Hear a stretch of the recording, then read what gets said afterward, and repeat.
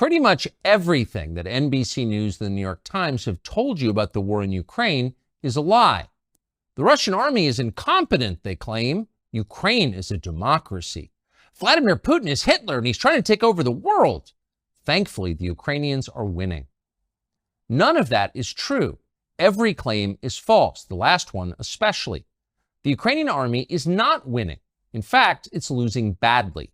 Ukraine is being destroyed. Its population is being slaughtered in lopsided battles with a technologically superior enemy, or scattered by the millions to the rest of the globe as refugees. Ukraine is running out of soldiers. As that happens, the question will inevitably arise, who's going to replace them? If the Ukrainians can't beat Putin, who will? The answer, of course, will be us. American troops will fight the Russian army in Eastern Europe. That's most likely. And the assumption is we'll win. But will we win? Probably not, says former Army Colonel Douglas Macgregor, a decorated combat veteran who advised the Secretary of Defense in the last administration. The U.S., says Macgregor, is on the brink of a catastrophic war that could very easily destroy us. Few Americans seem to understand that, but they should. Doug Macgregor is now the CEO of Our Country, Our Choice, and we sat down with him recently. This conversation is worth hearing. Doug Macgregor, thanks for joining us. How would you assess and describe the state of the war in Ukraine right now? That's an important question, and not enough people have good answers at this point. I think all of the lies that have been told for more than a year and a half about the Ukrainians are winning, the Ukrainian cause is just, the Russians are evil, the Russians are incompetent, all of that is collapsing. And it's collapsing because what's happening on the battlefield is horrific. Ukrainians now, we think, have lost 400,000 men killed in battle. We were talking about 350,000 a few months ago. Within the last month of this supposed counteroffensive, which was to sweep the battlefield, they lost at least 40,000 killed. We don't even know how many people have been wounded, but we know that probably upwards of 40 to 50,000 soldiers are amputees. We know the hospitals are full. And we know that Ukrainian units at the platoon and company level, that's with anywhere from 50 to 150 to 200 men, are in piecemeal fashion surrendering to the Russians. Not because they don't want to fight, it's because they can't fight anymore. They have so many wounded, they can't evacuate them. And commanders are saying, well, if I can't evacuate my wounded, I'm going to surrender because otherwise the wounded will die. And so they call the Russians, and they all speak Russian, and tell them on the radio, look, I've got 50, 60 wounded here. I'm going to surrender because I don't want them to be killed. And the Russians from the very beginning have always treated the Ukrainian soldiers very fairly and very gently. And so they know they're not going to be abused or mistreated. They know they can actually be exchanged for Russian prisoners in the future. So they're surrendering. And I think we're going to see this army that we've been spending so heavily on increasingly melt away. And at the same time as we're talking, if you look at this long banana-shaped strip of territory in southern Ukraine that the Russians control, if you go to the northeastern corner of that, south of this city called Kharkiv, there are major offensive operations taking place there right now. And the Ukrainian forces are being swept away in front of the Russians. And again, all of this happens in a way that is just not reported in the West. And in the meantime, rather than admit that this is a terrible tragedy that should be ended on humanitarian grounds, if no other, that the killing should stop, as President Trump said, stop the killing, we're going to continue. And this puts the Russians in the unhappy position of marching further west, because from the very beginning, Putin and his advisors were never interested in a war with NATO or the United States. That's why you've had such incrementalism, this slow grind of movement forward, defensive operations for a long period to build up the force, and then continued offensive operations. They have over 300,000 combat troops in reserve in Russia. And I think they're sitting there and not being released to fight because President Putin anticipates the possibility that we will intervene in Western Ukraine. And if we intervene in Western Ukraine, the Russians will be ready for that. And the consequences for us and for NATO will be devastating because we are not ready to fight the Russians. Why? Oh, I think the readiness has been on the decline for a long time. You've had an almost steady, uninterrupted decline in the discipline that makes soldiers fight. Discipline is a tough thing. We don't always understand it. Discipline is really a form of habit, and you build those habits over time through repetition, but you also build it under stress, under pressure, so that it sinks in. And then you build cohesion within the framework of those units. You don't build cohesion when you're dividing the force on racial grounds, when you're pushing people who are clearly unqualified up the ranks to command, when you're rewarding people for anything other than demonstrated character, competence, and intelligence. All of those things are demoralizing, destructive to military establishments. The Army and the Marines are suffering with it. So is the Air Force and the Navy. And there's no easy fix. And these cracks that are just cracks at the moment will become giant fissures if you go to war. So you spent the bulk of your adult life as an Army officer, went to West Point, commanded troops in battle. You're a combat veteran, decorated. But you entered the Army right at the tail end of Vietnam. That's right. When it was famously at its nadir. Yes. How would you compare the readiness of the current U.S. Armed Forces to, say, 1975 at the end of Vietnam? I think that in terms of morale and discipline, we are close to where we were in the late 70s. We have a lot of people that are confused about what needs to be done. We've lost a sense of what's right. In other words, you don't have people that have served long enough in formations to know what right looks like, so that you can see a battle group, whether it's a battalion size or brigade or larger, and you know what makes things work. You know what it takes to fight in battle. We don't have very many people like that because since 2001, most of the fighting has been on a very small scale against a fleeting enemy. You know, running around in sandals with an AK-47, relying heavily on explosives, mines to kill and maim Americans. About 87% of our losses were really a result of explosives that came from mines. This is not an army that is accustomed to fighting anybody who can fight back. If I were going to compare it to an army, a better comparison would probably be the French army before the Franco-Prussian War, because the French had fought Mexican bandits, Mexican rebels. They'd fought Arab bandits, Arab insurgents. They'd had a little experience fighting disgruntled, demoralized European troops, Austrians in northern Italy, but they hadn't faced a truly modern enemy. But people were convinced that the French army was the greatest army in the world because they'd fought in North Africa, in Indochina, Mexico, all over the world. That war was a catastrophe for France, and that army was decimated in months by a Prussian army that was a modern force, highly disciplined, very competently led, trained, and equipped. So we're not there. We have equipment that is decades old. The tanks that I served on, for instance, when I went to war in 1990, were virtually brand new, state-of-the-art. Those tanks are still out there. They've been rebuilt, but they're not new anymore. They're no longer as capable as they once were. You know, I'll give you a quick example. We have a turbine engine in the M1, A1 series tanks, and that turbine engine burns up as much fuel sitting still as it does moving, because it's a turbine engine. It was designed to be used on an aircraft.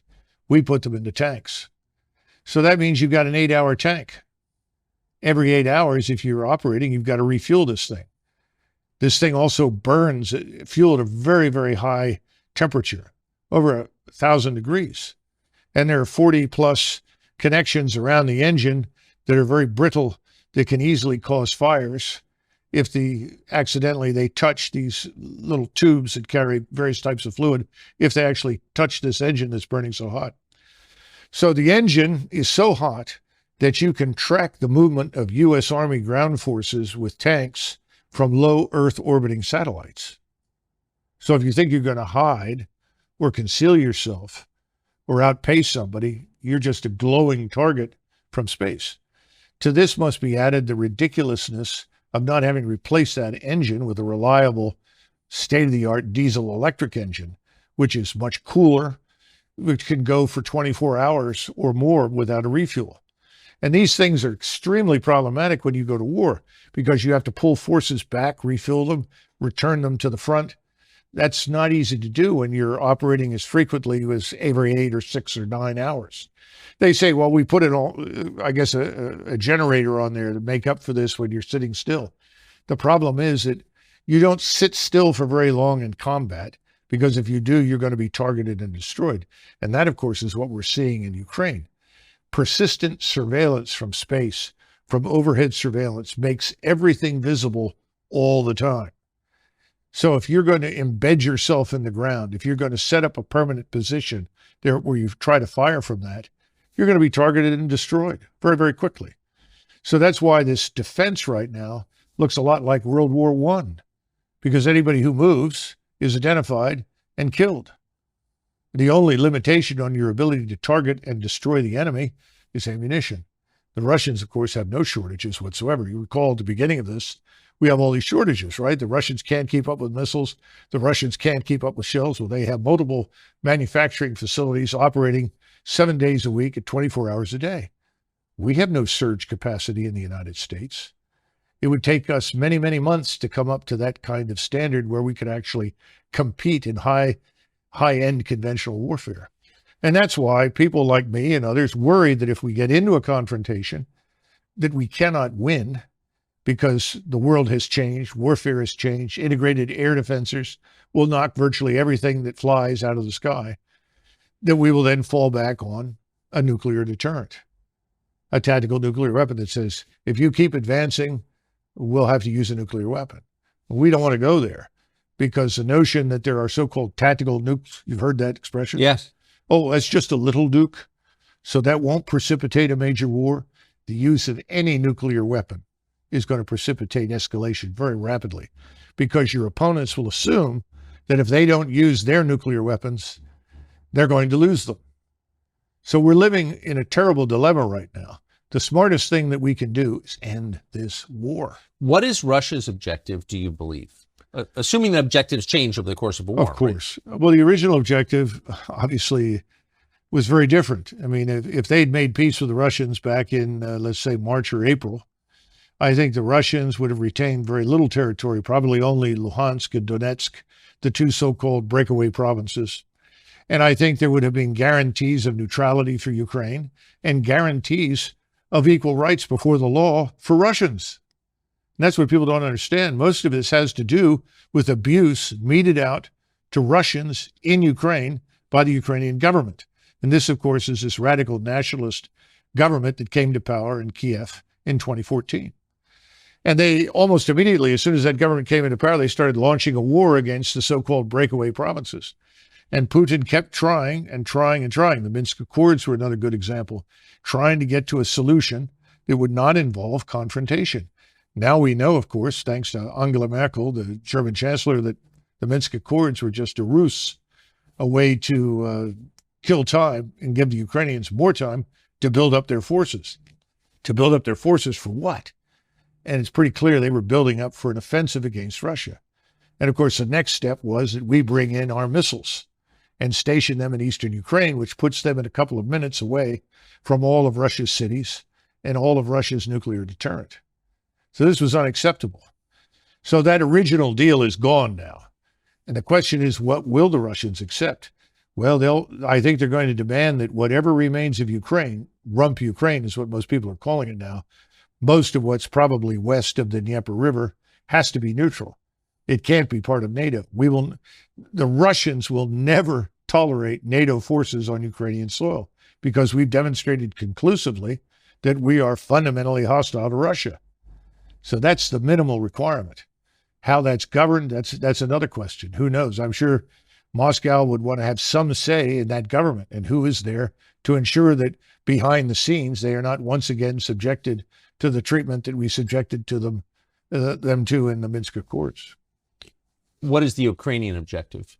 I think more and more Ukrainians just want to survive this, and that's becoming very hard. And Zelensky and the radicals around him are basically committed to fighting this war to the last Ukrainian.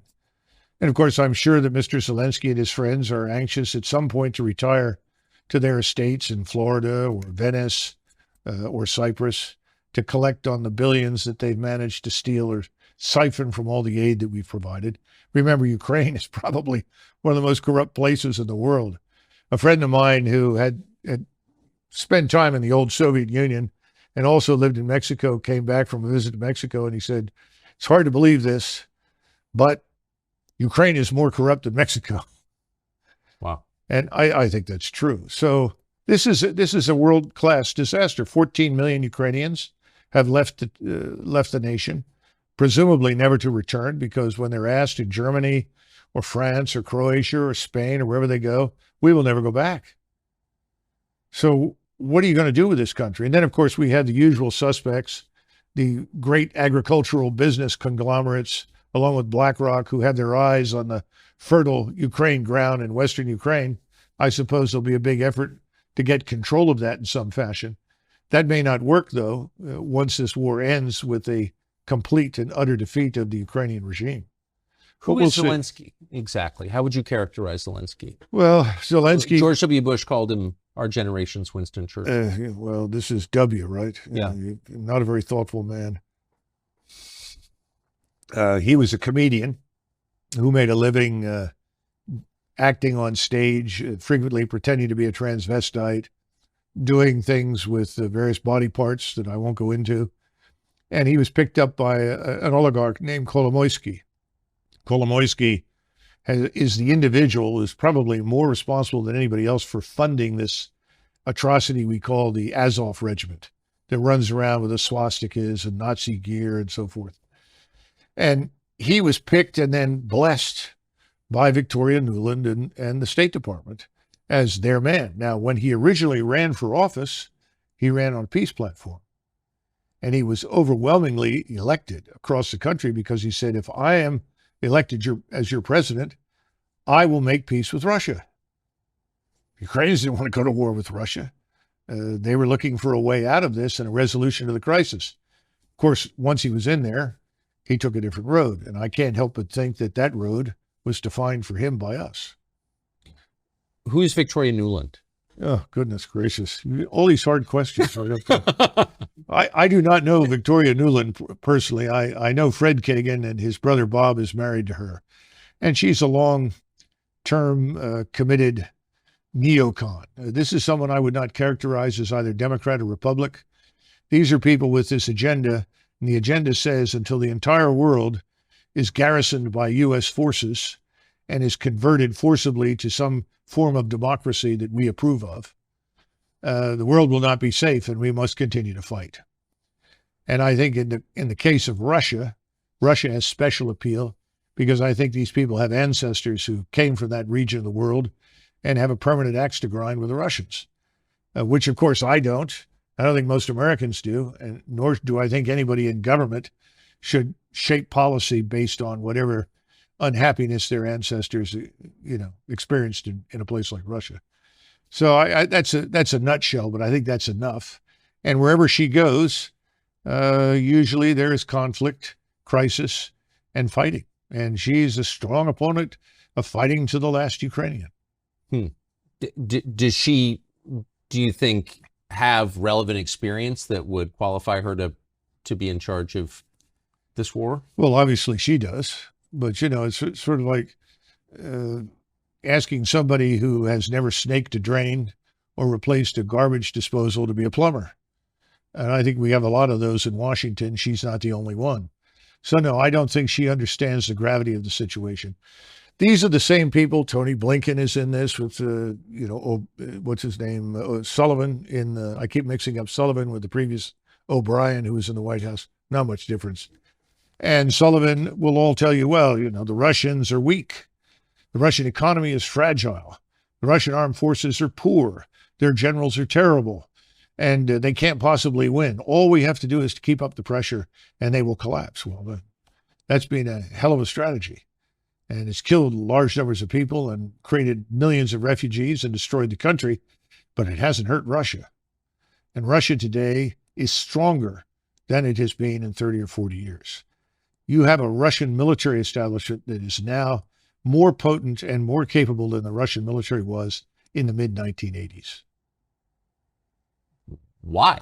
Wars typically, don't they degrade a military force? Well, the Russians have been very, very careful and deliberate, very cautious about the expenditure of life. What do you think the casualty numbers are in Russia? You know, that's a hard one to estimate. I think probably 50,000, 40 to 50,000 killed, maybe another 40 to 50,000 wounded. Wait, total? Yes. As compared to the Ukrainian? 400,000 dead. Yeah. So this is... The ratio is 1 to 5. You believe those numbers are roughly accurate? Yes. Yeah, absolutely. And these are 50,000 to 400,000, that's a larger country, or with a much smaller country with a much smaller military. I mean, that's a grotesque. Oh, it is. And the manpower is leaving Ukraine as quickly as it could get out because people don't want to be thrown into the meat grinder. You can't defeat what the Russians have built. They were the first back in the 1970s to understand the criticality of linking intelligence, surveillance, reconnaissance in space, as well as on land and at sea, with strike weapons. What's a strike weapon? Rockets, missiles, guided artillery for precision. They've done that extremely well. So that's one of the reasons they have thousands of guns, hundreds of rocket launchers, hundreds of ballistic missile launchers, cruise missiles, and so forth. And these are then linked to that ISR. So the response time is almost instantaneous. A Ukrainian formation is located at this spot next to this building on the outskirts of, say, Kharkov. They can have missiles on the way to those targets, or rockets or drones, within the space of perhaps 5, 6, 7 minutes. So this is a very well structured, well organized machine. And the machine is grinding up everything in front of it. And it's not going to be defeated. What about the space age military technology that we've been sending to Ukraine? That hasn't brought parity? Well, first of all, a lot of the equipment we send over there is quite frankly obsolete. It's very old. It's not new. We've given them a few new items, but not much. And remember what I said about missiles. We sent them some Patriot missiles. And I think at this point in this newest round of money, what, 750 million, something like that, we're sending 33 missiles, Patriot missiles. These are missiles that are used to shoot down aircraft or cruise missiles, incoming opposing forces. Every time you're in air defense, people will tell you if there's a target out there, you shoot 2 missiles at it as a minimum to make sure you get the target. Well, you run out of our missiles in the space of a few days. 33 missiles will be gone in 2 or 3 days. You can't possibly defeat the thousands of projectiles that are being hurled in your direction. And the radars, of course, emit, and so your radars light up and become targets. This is a no-win situation because the Russians, though they were not prepared in February 2022 for this kind of war, they are now. And they're continuing to prepare, which includes continuous mobilization. They're up to 750,000 troops in and around Ukraine. Most of them are on the outskirts, Belarus, Western Russia, down in southern Ukraine. That number is going to rise over the next year, I would expect, to 1.2 million. And people are reservists being called out of universities. People are being through the military now, working in universities to become engineers, architects, mathematicians, whatever. They're being pulled out, put in uniform, and readied. Because, again, our intransigence, our demonstrated hatred and hostility for Moscow and for Russia has convinced the Russian people, as well as the leadership in Moscow, that they are going to have to fight us and anyone who is allied with us. So they're preparing for that eventuality. That's why it's so important that we have to wake up, understand what we've done has backfired. Whatever we set out to achieve has failed. What we need to do now is stop this and come to a settlement that we may not like, but it needs to happen, and soon, before this thing is out of control. Eventually, you keep this up within the next 6, 8 months, you'll see hundreds of thousands of Russian troops on the Polish border. That is not what we set out to achieve. No, it's a terrifying disaster. At what cost do you think to the United States? The latest estimates since 2001 spending, including the spending in Ukraine, all the military spending designed to support these interventions, conflicts, wars, whatever you want to call them, about $14 trillion. Now, that 14 trillion is largely debt financed. So then you have to move from the 14 trillion to where we stand now in national sovereign debt, which of course I know the economic luminaries think is meaningless. But you have 130 million workers. And you look at those figures and suddenly you realize that every adult male or woman in the United States who works for a living has a debt hanging over them of roughly $240,000 in order to deal with what the 14 trillion have added to the national sovereign debt.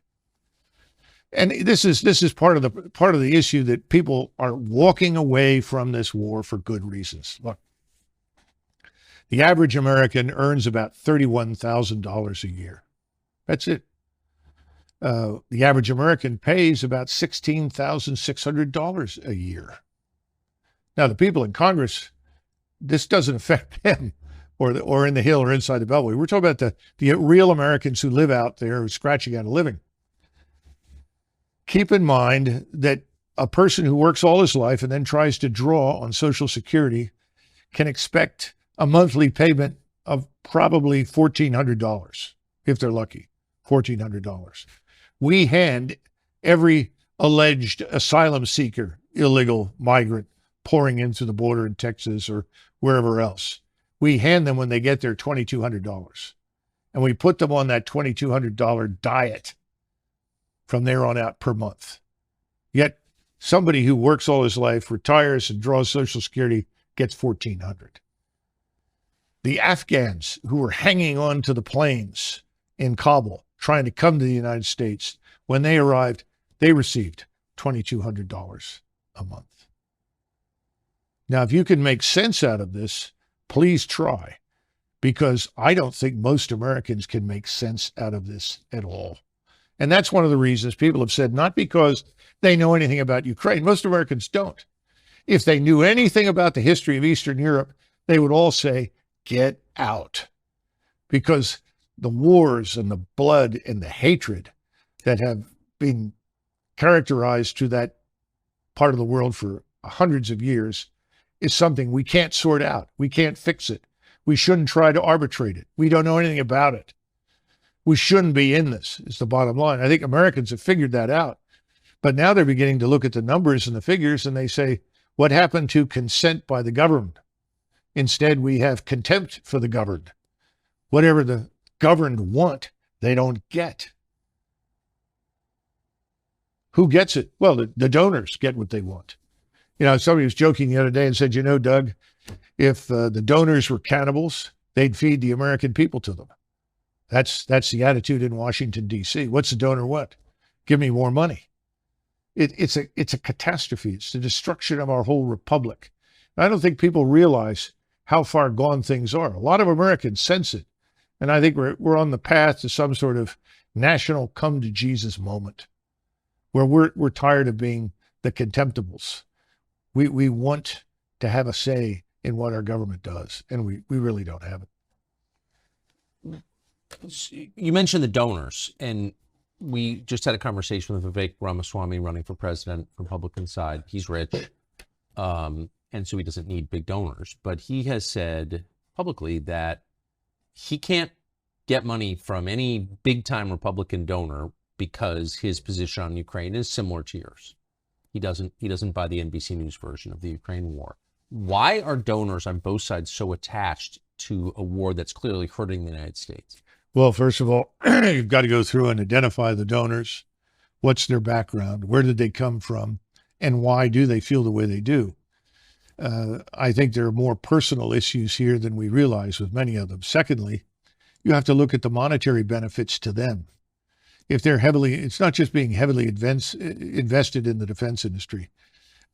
You've seen that report from the Oakland Institute, which talks about arable land in Ukraine, the breadbasket of Europe, some of the richest, most fertile soil anywhere in the world. A friend of mine who's Ukrainian said all you have to do is take an old boot, stick it in the ground in Ukraine, come back in 6 months and something grows. the boost transformed into something you can eat. He said, that's how fertile this is. So there are people that are interested in getting control of it, oligarchs. They call them oligarchs in Eastern Europe. I'm starting to think that we should talk about oligarchs in the West. Well, of course. Because they're also invested in this. They have an interest in it. So that's part of it. Then, of course, you have the advantages of people on the Hill. You have somebody like McConnell who says, we're so fortunate that we're doing so much damage to the Russians. This will set them back for 10 years. They've lost all this equipment. The Ukrainians have done a great job. Well, of course, all that's a lie. That's a blatant falsehood. And then he follows up by saying, and we're offloading equipment so that we can replenish with newer equipment. Well, unfortunately, the new equipment we're going to buy looks an awful lot like the old equipment. So you're not necessarily getting new top-of-the-line material. You're just getting new versions of what you've already got, which, of course, is what Congress wants. Unfortunately, that doesn't prepare you for a future war because your probable opponents are investing in very different capabilities from the ones that you have. And remember, again, all the things that we once monopolized, all the precision, all of that's lost now. Everybody has it. There's nothing that we can do that they cannot also do in Moscow, in Beijing, and probably in many other countries that we don't even know about yet. But of course, it all means money. You know, where does the money go? Does it go into the Defense Department? Sure. But then it's transferred over into industry. And industry then contributes money to PACs. And the PAC money goes where? Back to the Hill. So it's a wonderful sort of recycling machine where the wash is washed again and again. Now, what happens in Ukraine? Well, the equipment shows up. Some of the equipment reaches the troops. A lot of it is sold off, ends up in arms bazaars like Kosovo, or we see it now being used by the drug cartels. We saw somebody working for one of the major cartels that is also involved in human trafficking walking around with a Javelin missile. The whole kit. Well, where did that come from? Well, it came from Europe. Probably may have gone from Europe to Afghanistan, Europe to North Africa, Europe to the Balkans, and then over into the United States, south of the border. You can't be the only person who spent your life as an Army officer who's reached these conclusions. Like, what are they thinking at the Pentagon? There have to be people who've come to the same positions. Tucker, we have right now, I think 43, could be 44. It's usually 43 or 44, 4-star generals and admirals. You have to think about that. We have a force of 1.1. It seems like a lot. Well, let me explain just how much it is. We have 1.12 million people in the armed forces. In other words, you add up all the armed services, that 1.12 million. In World War II, at the height of the war, end of 42, beginning of 43, when we had 12.2 million men under arms, we had 7 4-stars. 7 4-stars. I can tell you who they were. You had George Marshall, Chief of Staff of the Army, Douglas MacArthur commanding in the Pacific, Eisenhower commanding in Great Britain and in the European theater, Hap Arnold for the Air Force. Unofficially, he was the vice chief, but he was effectively commanding the air forces. And then you had Leahy, who was in the White House. Admiral Leahy as the liaison officer. He was effectively the unofficial chairman of the Joint Chiefs for FDR. Then you had Nimitz and King. King was the CNO, and Nimitz commanded in the Pacific. Now, somehow or another, with only 7 4-stars, we managed to survive the greatest, most destructive war in history, and fortunately end up on the quote-unquote winning side. Now we are blessed with 43 to 44 4-stars organized into multiple commands designed to blanket the globe with American military power and interest. I think it borders on lunacy, especially since we don't live in the world of 1920, 1945. This is the 21st century. Today, if you have forces forward, they're easy to identify, easy to target, easy to destroy. So what's the point of having a lot of forces forward? Well, we can always reinforce them. No, you can't. How do you get across these vast oceans, the Atlantic and the Pacific, when your opponents have submarine fleets? How many ships do they have to sink, supply ships, transports, before everybody says, that's it, we're not going? Same thing true for aircraft. Well, we have better aircraft. We may have better aircraft, but we don't have very good air defenses. We've neglected air and missile defenses for years. In the Army, they always treated theater air and missile defense as sort of the redheaded stepchild, because we haven't fought anybody that compelled us to defend ourselves from missile and air attack. Well, those days are over. In other words, if you press this war with Russia in Central East Europe, it will reach us here in the United States. People aren't thinking about that. How many Americans do you think are assisting or fighting on the side of Ukraine right now? Well, I don't know, but I imagine it must be hundreds, because the President of the United States, as you know, has authorized combat pay for Americans in uniform in Ukraine. Now, didn't specifically say uniform, just said Americans serving in Ukraine. So I imagine large numbers are in other uniforms, not necessarily American. Some may be assisting contractors or working with them, but a substantial number. And again, thus far, the Russians have been very careful about not necessarily targeting them. And it would be a mistake to assume that the Russians don't know where they are. And the latest strikes that we've had over the last couple of months have been all the way out on the border with Romania, the border with Poland, the border with Moldova. Precision strikes, Kinshal missiles carrying 1,000-pound warheads. Great accuracy, very destructive. Why? The Russians are sending a message. If you think you're going to hide from us if you come in here, you're not going to do that. If you cross these borders, we will annihilate you. You'll never get to the Dnieper River. We won't permit it. And we need to come to terms with these realities, because we can't defeat it. And see, this is the sad part. Somebody will say to me, well, Doug, you don't sound very patriotic. I'm not patriotic. I put my life on the line for the country. I have no compunction about fighting or killing anybody if we need to do it. Don't get me wrong. We don't need to do this.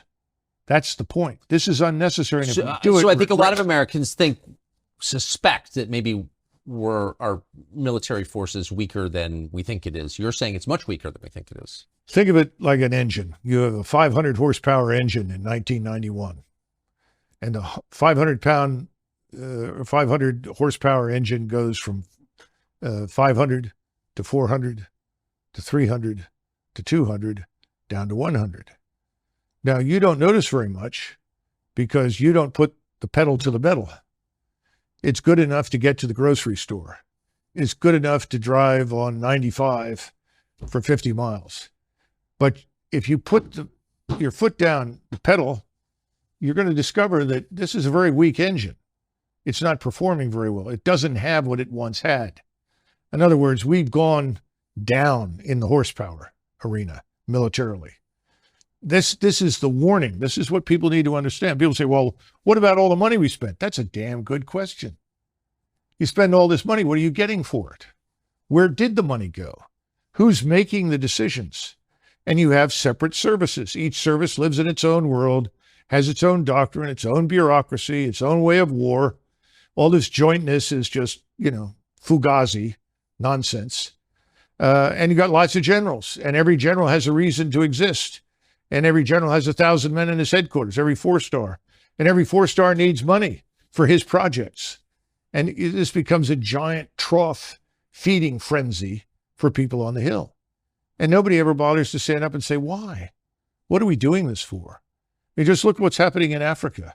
Niger decided they'd had enough of their French overlords. The French retained ownership of virtually 50% of everything of value in their colonies in Afrique du Nord. Now, that's French business. Whatever the French want to do, it's fine with me. But my point is, we're involved there because we built an airstrip in Niger, and we marched in there to defeat Islamists. The truth is, there weren't very many Islamists until we showed up. Now there are lots of Islamists. What's wrong with that picture? And now it turns out the whole population, in addition to hating the French, has decided they hate us. So we've had a coup in Niger that's now being backed by the Algerians, as well as the neighbors. And people are saying, well, We trained them. We gave them assistance, and they're turning on us. Oh, it must be the Wagner mercenaries. There aren't any Wagner mercenaries in the place. In other words, that we may have gone in there and blown it on our own, made mistakes of our own, backed the wrong horse, whatever you want to call it, doesn't occur to anybody. Well, it must be those Russians, or maybe those pesky Chinese. We have this unfortunate habit of seeing ourselves as always wearing the white hat, always doing everything right, and we miss the truth. And the truth is, soldiers, sailors, airmen, and Marines do what they're told. They'll go wherever you ask them to go. They'll put their lives on the line. But it doesn't always make sense. And sometimes it may be for profit, not for national interest, not for the interests of the American people. And that's the problem. And no one's been watching this thing. They see the flag, everybody salutes, everybody listens to the music, everyone's enthralled. But the old 500 horsepower engine is gone. We're down to 100 horsepower. And the 100 horsepower engine is trying to make it all over the world. It's not going very well. And we haven't even talked about our economy, obviously. Given all of the, I mean, what you're saying is horrifying. And some of it, with respect, does seem kind of obvious. Almost nobody in the Congress is saying what you are saying. Chris Christie never served in the Congress, but he was a governor. He's been on the national stage for quite a long time. He's running for president now. He recently went to Ukraine to meet with the world's highest paid actor who runs it. I think we have a clip. I believe that the overwhelming majority of the American people understand that we need to be with Ukraine on this fight. Do you maintain the current commitment? Do you expand it, or do you contract it? I increase it. My position on Ukraine, which is that we haven't done enough. And that while I think that President Biden has certainly done better than President Trump, and President Trump did better than President Obama on this, we still have more to go. We can spend this money now and have Ukrainian soldiers fight our war, or we can spend a lot more money and American blood later to fight in Taiwan. How do you respond to that? When we were in Vietnam, I was 16. And I remember General Westmoreland telling everyone, if we don't fight these people in Vietnam and to fight them here, we'll be fighting them in Los Angeles and in all our major cities. So we have to stay here and win this, or that's what's going to happen. A lot of them did go to Los Angeles and build thriving businesses, actually, in the end. Well, my hat's off to them. That's fine. I have no problems with that. But I think it's a lot of nonsense, And it's the same thing with Ukraine. But Chris Christie's not stupid. He's very dishonest, obviously, but he's not stupid. Well, he has donors. That's what that is. Of course. Where's he going to get his money? Well, there, Governor Christie, we want this war in Ukraine. We want to see that man Putin removed. We got to get rid of him and his regime. Why? Well, it's not democratic. Most of the world is not democratic. There are a lot of people that don't think we're very democratic anymore. We're not. So who are we kidding? I think Americans are waking up. And Christie is probably there for name recognition and more money, but I don't see him winning anything. No. But he does, I mean, in a blusterier way, he's expressing the same thing that the rest of them, Nikki Haley and all the rest, are Well, saying. doesn't this also divert attention from far more serious matters here at home? It really does. What does it cost Christie to say, we have to beat those Russians? Nothing. It doesn't cost him anything. It costs the country a great deal in terms of money, prestige. What Fitch just downgraded our credit worthiness one more time. And people say, oh, it's not a problem. The bond yields are on their way up and prices are on their way down. When is the Treasury bond fire sale going to happen? When do banks offload these Treasury bonds that they bought when they were at zero interest because they're now worthless? What's going to happen in China, in Japan, in Saudi Arabia, where they have lots of bonds? I mean, we're fragile. We're vulnerable. Nobody even mentions it because nobody wants to fess up and tell the truth. We've overreached. We're running on fumes. What about this economy? What are we building? What are we producing? That's what made us a great power between 1865 and basically 1920. That's when your industrial base was created. That's when you had people like Edison and Tesla, Rockefeller, all these people. They were tough and they were intelligent and they were effective. The only person I see out there now who's remotely like that is Musk. He's building something. He's creating something. When you do that, you create employment. I don't see that happening. High-tech startups? The hell are they? What are they doing for us? A new app on your phone? We've got to wake up and say, oh, well, AI. AI is better algorithms. Better algorithms do not replace human beings, and they don't necessarily create opportunity for people to work. We've got to think this thing through very carefully. We haven't done that. What about our energy sector? Oil, gas, we've killed it. We have what, half the refineries we once had? California had something in the neighborhood of 43 or 44 refineries. They're down to 23. You know, how long before suddenly we're in another energy crisis and we need to rapidly refine fuel? Can we do it? Well, the answer is it's going to be tough. It applies, the same thing applies to Raytheon. We want 200 missiles and we want them now. Well, we have no surge capacity. There's no excess capacity built into anything. What are we going to do with this scientific industrial base? What about our agricultural sector? What are we doing for that? High-end manufacturing is dead. We need to repatriate lots of industries. That's what President Trump talked about. We absolutely need to do that. People say, well, we want free trade. Well, I'm 100% for free trade as long as it doesn't kill us. But if it kills us, then I'm for protection. You know, I think we need to understand how we got where we are today. I don't see anybody talking about that. And I think Americans are beginning to turn these people off. You know, Democrats, Republicans, it's the uniparty. Who are we kidding? What are they doing for us? The swamp gets bigger and richer. The rest of the country gets poorer. I don't see any good outcome right now from any of these candidates. Perhaps I'm too harsh, but that's the way I feel. Last question, and it's more a piece of tape that I want to get you to respond to, but I think it's come to a lot of people's attention. This is just so perfect that one of the spokesmen for the Ukrainian military is an American guy, leftist, dressed up like a woman, who's now wearing a Ukrainian army uniform and talking about killing Putin. Watch this. If you look at Putin's mouth, you'll notice that blood drips from it. He's a vampire, carrying out genocide against both Ukrainians and Russians alike. Vlad Putin bathes in the blood of innocent children and enjoys it. And this is why the dictator of the Russian Federation must be deposed, and why peace talks have to be focused on President Zelensky's 10-point peace formula and the full liberation of Ukraine. There's something so perfect about that, the convergence of every ugly anti-human trend in modern. Is that a transgender life. Person? That's a guy with fake breasts. Yeah, yes. Yeah, that's interesting. Well, I think everything else is fake too. We estimate that at least 60,000 children from Ukraine have disappeared, vanished since this war began. Where are they? What about all of the women that have been sold into prostitution that once lived in Ukraine? This war is a catastrophe. The people bathing in blood are in Kiev and Washington, not in Moscow. And this sort of thing is going to play well until it can't.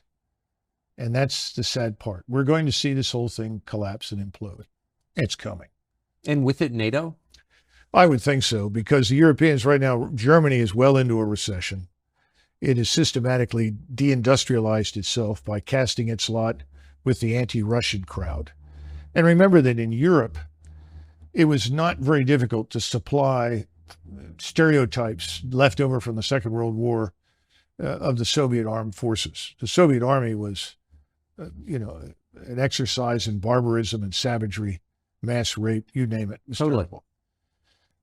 That's not Russia today. Russia today is a very different society, very different state. And that's been Putin's effort from day one. He's been interested in restoring Russia as an Orthodox Christian state with a true national identity and a strong national culture. That's probably another reason why so many people want to destroy Russia. because it's the last European state that has not been flooded with foreigners and turned into some sort of polyglot experiment, which is failing badly, by the way, because at some point, all of these unwanted people in Europe, and for that matter, here as well, I suspect, when things fall apart economically, it's going to get very hard on them. Because people are going to look around and they go through this, well, wait a minute, I'm an American. Who are you? What are you doing here? Why are you living that way? Why are you being subsidized? I'm a German.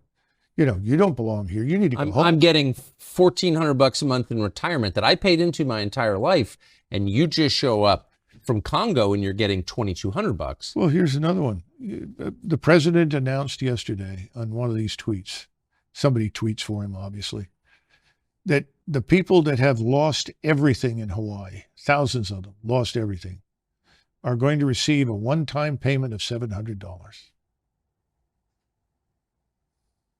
Now, I haven't been to Hawaii in a long time.